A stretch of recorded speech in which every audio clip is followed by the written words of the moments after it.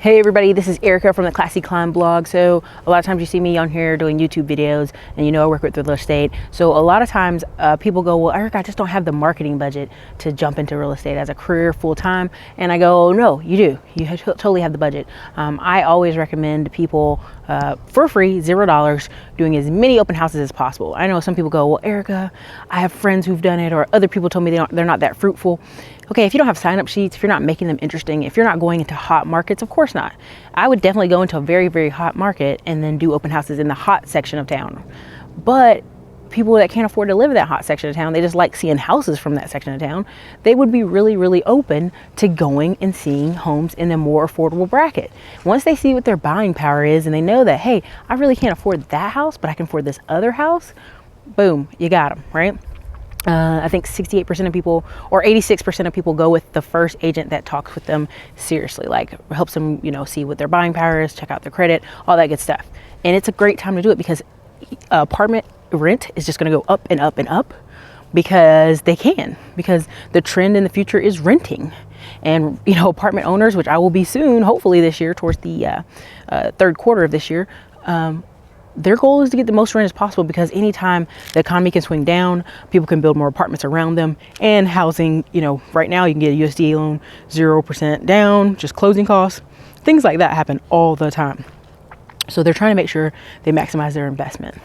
The other leg of real estate, if you're a real estate investor, real estate flipper, I think you should have a online site that We Buy Houses that people can check and type. And what happens is sometimes someone lives in another state and they inherit their mom's house, they want to get rid of it.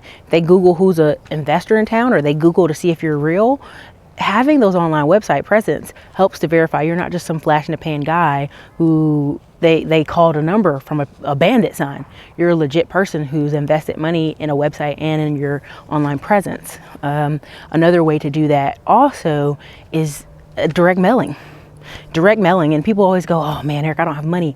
Listen, if you don't have $200, $300 a month to do direct mailing, you won't even have enough money to hold over a deal or get a title in your name or turn around and wholesale it to someone else. You just won't. I mean, I'm sorry. I know people always want to tell you there's no money needed in real estate, this investing and flipping. It's just not true. There is some money. There is a lot of time invested, and you have to invest in these things.